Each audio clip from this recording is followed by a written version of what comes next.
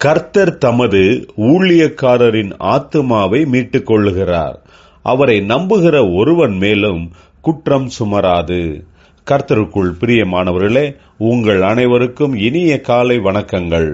இன்றைய வேத வசன தியானத்திற்கென்று நாம் தெரிந்தெடுத்திருக்கும் வேத பாகமானது 1 சாமுவேல் 7ஆம் அதிகாரம் 10ஆம் வசனம்.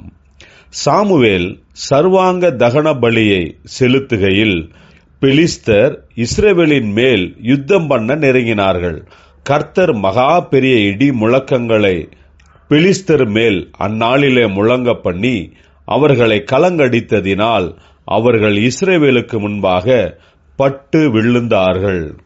பிரியமானவர்களே, இன்றைய வேத தியானத்தின் தலைப்பு கர்த்தருக்கு ஊழியம் செய்வோம் என்பதே.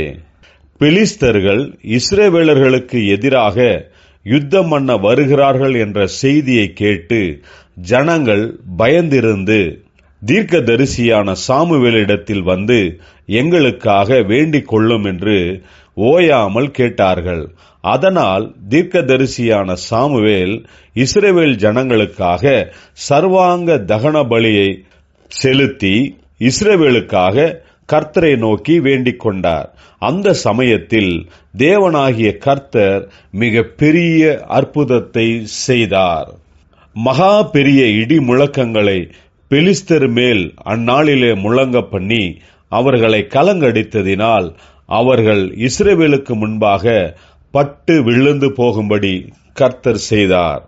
பிரியமானவர்களே, நாம் கர்த்தரை துதித்து அவருடைய வேதத்தை வாசித்து தியானித்து மகிமைப்படுத்துகிறவர்களாக முன்னடக்கும்போது எதிர்ப்புகள் பல வந்தாலும் அதற்கு மத்தியில் கர்த்தர் ஜெயம் கொடுக்கிறவராயிருக்கிறார். நம்புகிறவர்களை கர்த்தர் ஒருபோதும் கைவிடுகிறவர் அல்ல.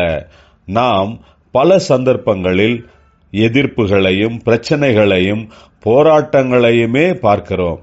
நம்முடைய சொந்த பலத்தினால் அவைகளை ஜெயிக்க பார்க்கிறோம். ஆனால் சாமுவேல் இங்கே கர்த்தரை மகிமைப்படுத்தினபடியால் மிக பெரிய வெற்றியை அன்று இஸ்ரவேலர்களுக்கு கர்த்தர் கொடுத்தார் என்று பார்க்கிறோம்.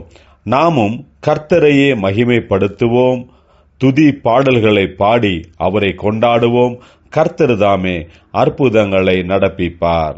ஜெபிப்போம். ஜீவனுள்ள தேவனே, உம்மையே விசுவாசிக்கிறோம், உம்மையே மகிமைப்படுத்துகிறோம். நீரே அற்புதங்களை செய்வீராக, எங்களை ஆசீர்வதிப்பீராக. இயேசு கிறிஸ்துவின் நாமத்தில் ஜெபிக்கிறோம் நல்ல பிதாவே, ஆமேன்.